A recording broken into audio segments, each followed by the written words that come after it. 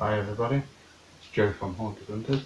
This is going to be a new sort of video series that we're going to do where each of the members sits down and tells you about their best location, their experiences there. Before we get into it, we've got a new t-shirt come out, so if you would like to purchase one of them, just get in contact with any of our social medias and we'll get one out to you. Let's just jump into it. The location I'm going to talk about is an old hall that we used to investigate. We have done a video on it. The owners said we couldn't actually name it because they're still in business, so we've respected that. It's very, very haunted. When we got into there, the first time the cellar was bolted up and no one had the key to get in there, so we really, really wanted to go down there. And it's like 3 stories high. It's a big, big house. And we ended up going in there, probably not expecting as much as we got. It's like one of the times, which is in the video, I ended up going into the garden shed area on my own. Everyone else were in the house, so it was probably about 200-300 foot away. And I did like an EVP session, but we got nothing on there. I took a K2 meter and just went to basics, and I ended up having some presence there that felt so big it was unreal. It wasn't like a human sort of presence, and it terrified me to the fact that I had to run away, and it felt like it had chased me and it was charging me all the way until I got out of that garden area. I just carried on running all the way back to the house for everyone else, which I think them guys were worried because they were wondering what was up with me. And then later on we were talking to the next door neighbour that's lived there for countless years, and they said the previous people used to actually have a bull that was there in that field area, in that garden area.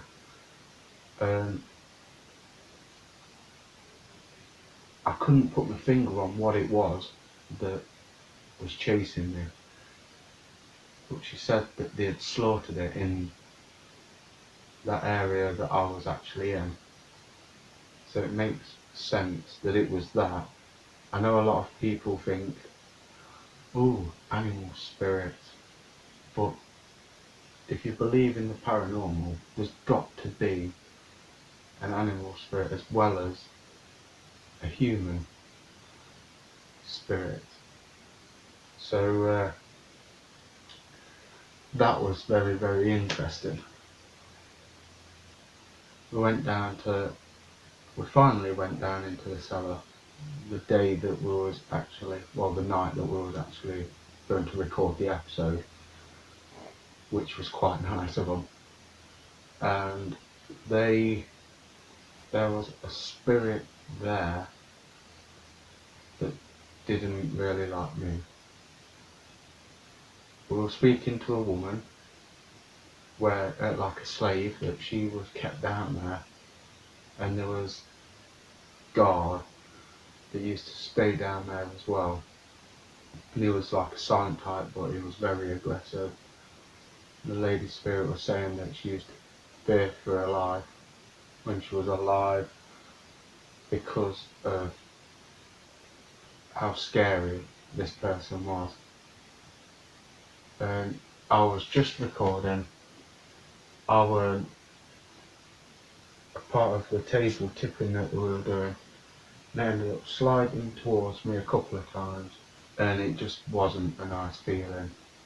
Linda also thought that she'd seen the person when the table walked through the cellar, which was very, very, very spooky. We ended up on the Ouija board. It kept saying that room 7 was the most haunted room, and it wanted us all to go up there. Always 2 of us. I've made like a little light sensor walk platform. There's just 3 lights in a row on this board, and obviously if something passes over it when we're not around, then it will go off. And I was watching the monitor, recording it, just to get a different shot, and we actually captured one of the lights going off outside of room 7, and that was absolutely amazing evidence. We actually captured a stick figure right in the um, top room, and that was very, very weird. We all felt like a strong presence from the bedroom to the ensuite bathroom. So Adam stood there, Paul got his SLS camera out, and you could see a stick figure holding onto the door, and he was trying to grab Adam's arm.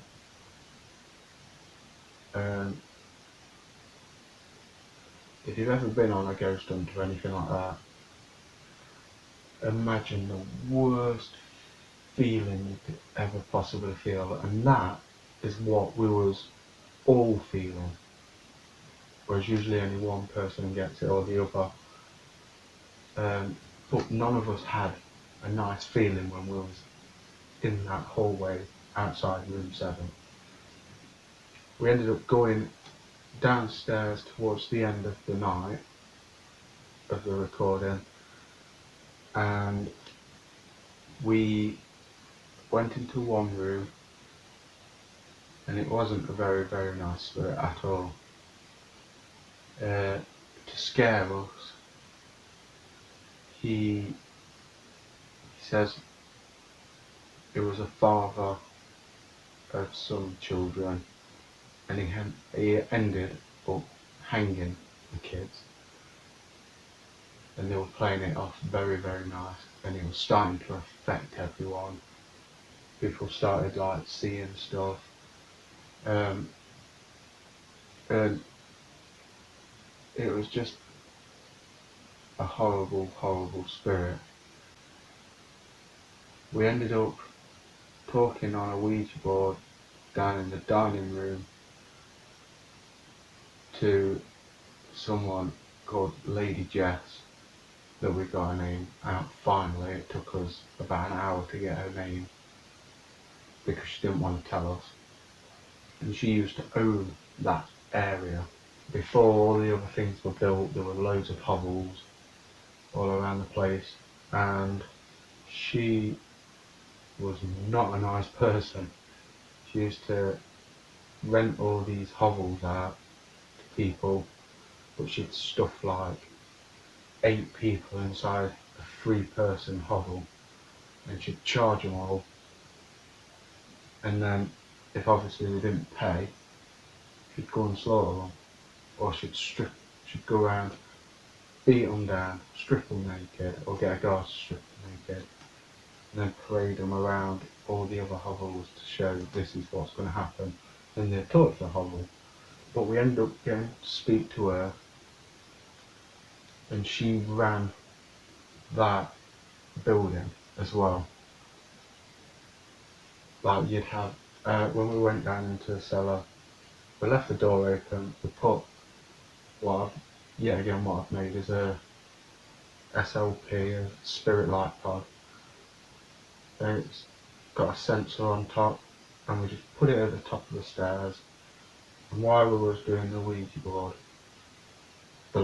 talking to this lady Jess, we seen the light go off, and we said, "Is that you?" And she put, "Be right back." And the light went off, and then she come back about a couple of minutes later, saying, "I've sorted it."